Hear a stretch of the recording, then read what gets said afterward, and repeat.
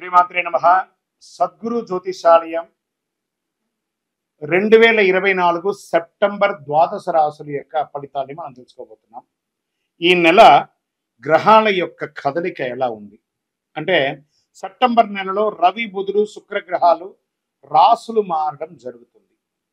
రవి కన్యా రాశిలోను, బుధుడు సింహరాశిలోను, శుక్రుడు తులారాశిలోను సంచారం ప్రారంభించేస్తున్నారు. దీని ద్వారా ద్వాదశ రాశులకి ఎలా ఉండబోతుందో ఒక్కొక్క రాశిగా మనం విశ్లేషించుకుందాం. జ్యోతిష్ శాస్త్రరీత్యా ద్వాదశ రాశుల్లో 5వ రాశి అయినటువంటి సింహరాశి మిత్రులారా, మకా నక్షత్రం 1, 2, 3, 4 పాదములు, పుబ్బా నక్షత్రం 1, 2, 3, 4 పాదములు, ఉత్తరా నక్షత్రం మొదటి పాదానికి జన్మించిన మీరు సింహరాశి వారిగా పరిగణిస్తారు. ఈ సెప్టెంబర్ నెల మీకు శుభాశుభ ఫలితాలు ఎలా ఉన్నాయంటే కాస్త మిశ్రమంగా ఉందని కూడా చెప్పొచ్చండి. కారణం ఏమంటే, సింహం ఎప్పుడు గర్జించుకొని ఉంటుంది కదా, అప్పుడప్పుడు ఒక చిన్న బ్రేక్ లాగా అని కూడా చెప్పచ్చు. గ్రహాలు కొంచెం మిశ్రమంగా ఉంది. మీకు అన్ని రకాలుగా విజయం సాధిస్తారు. కొన్నిసారి డిస్టర్బెన్స్ వస్తుంది. బృహస్పతి 10వ ఇంట్లో ఉంటాడు, కుజుడు ఈ నెల 11వ ఇంట్లో ఉంటాడు, శుక్రుడు కేతుతో కలిసి 2వ ఇంట్లో ఉంటాడు, బుధుడు సెప్టెంబర్ 4 నుండి మొదటి ఇంటికి వెళ్తాడు. మరి సెప్టెంబర్ 23 నుండి మీ ఆర్థిక పరిస్థితిని మెరుగుపరచడంలో అవకాశం ఉంటుంది. 2వ ఇంట్లో కేతు, మరి 8వ ఇంట్లో రాహు. ధన ప్రవాహం సంతృప్తికరంగా ఉంటుంది.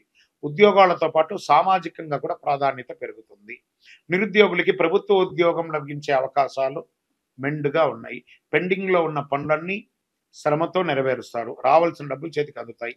కొత్త వాహనాన్ని కొనే అవకాశాలు ఉన్నాయి. ఆధ్యాత్మికమైనటువంటి భక్తి పెరుగుతుంది. ఆధ్యాత్మిక టూర్స్ కూడా వెళ్ళే అవకాశాలు ఉన్నాయి.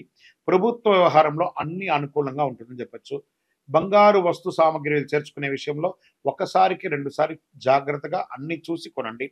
సోదర సోదరీమణులతో ఉన్నటువంటి విభేదాలు కొంచెం తారాట పడుతుంది.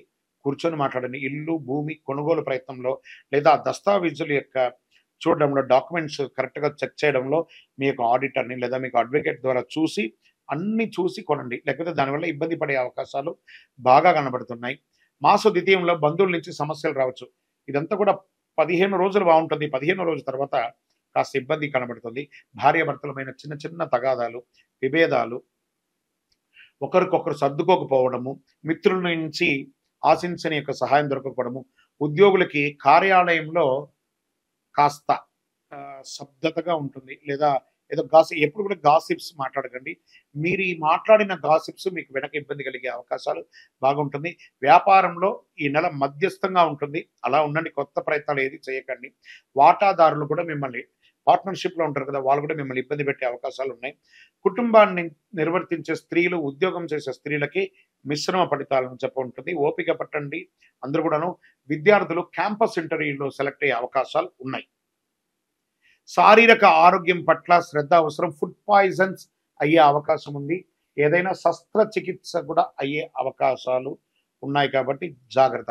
రాజకీయ నాయకులకి మిశ్రమం. షేర్ మార్కెట్ ఈ నెల కాస్త ఆపండి. మీడియా రంగం వారికి కాస్త జాగ్రత్త. మీ యొక్క పేరు డ్యామేజ్ కాకుండా ఉండడానికి ఏమేమి జాగ్రత్తలు అది పాటించండి.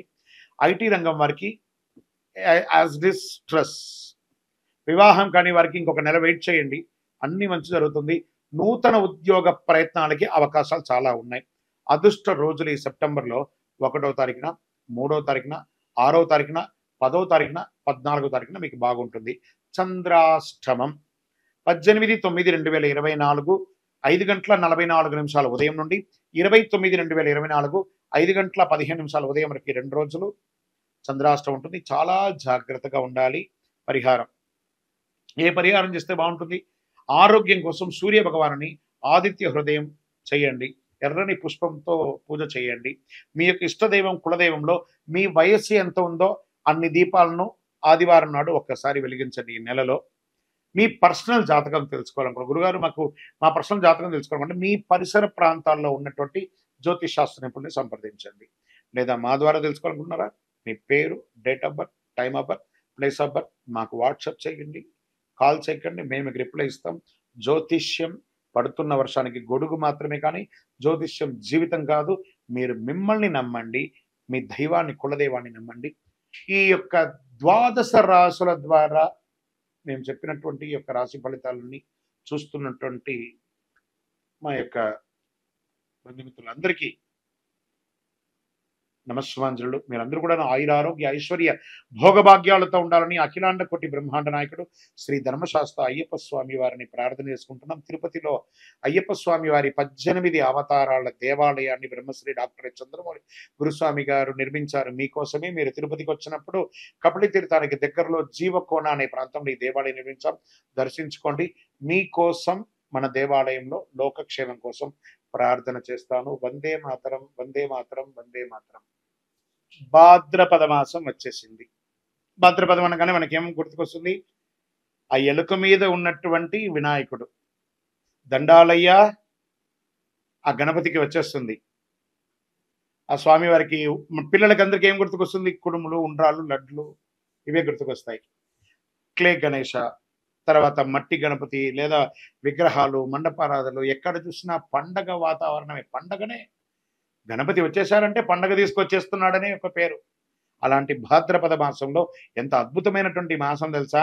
ఈ భాద్రపద మాసం రాని అసలు భాద్రపదం అనగానే అందరికీ గుర్తుకొచ్చేది వరాహ జయంతి, వామన జయంతి, ఋషి పంచమి, ఉండ్రాళ్ళ తద్దే, పితృదేవతలకి ఉత్తమాగతులు కల్పించే పితృపక్షాలు, ఇవన్నీ కూడా గుర్తుకొస్తాయి. ఈ మాసానికి ఎన్నో అద్భుతాలు ఉన్నాయి. దేవతల పూజలకి, పితృదేవతల పూజలకు కూడా ఉత్కృష్టమైనటువంటి మాసం భాద్రపద మాసం.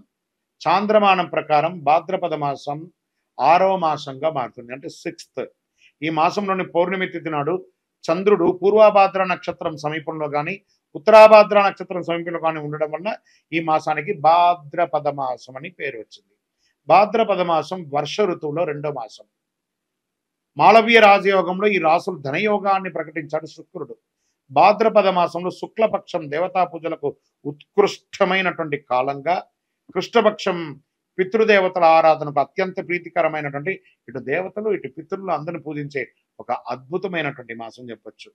దుష్ట శిక్షణ, శిష్టరక్షణ కొరకు శ్రీ మహావిష్ణువు దశావతారాలు ధరించినట్టు అందరికీ తెలిసిన విషయమే. అందులో అట్టి దశావతారంలో 3వ అవతారమైనటువంటి వరాహ అవతారాన్ని శ్రీమన్నారాయణుడు భాద్రపద మాసంలో దుష్ట శిక్షణ కోసం తీసుకొచ్చారు. ఇంత అద్భుతమైనటువంటి మాసం. పితృలు అంటే తల్లిదండ్రులు మాత్రమే కాదండి, వారి పితృలు మనకి ఎంతో కాలం నుంచి వచ్చినట్టు తాత ముత్తాతలు వాళ్ళందరూ కూడా పితృలే అనమాట. 15 రోజులు శుభ కార్యక్రమాలు, పండగలు, పబ్బాలు, ఆర్భాటం. దాని తర్వాత మహాలయ పక్షం, పితృలు ఇవన్నీ చేస్తున్నాను చూస్తారా. అందుకే ఈ యొక్క భాద్రపద మాసానికి చాలా ఉన్నతమైనటువంటి ఒక పేరుంది. ఈ నెలలో ముహూర్తాలు ఉండవు, కానీ పూజలు ఉంటాయి. విజయోస్తు.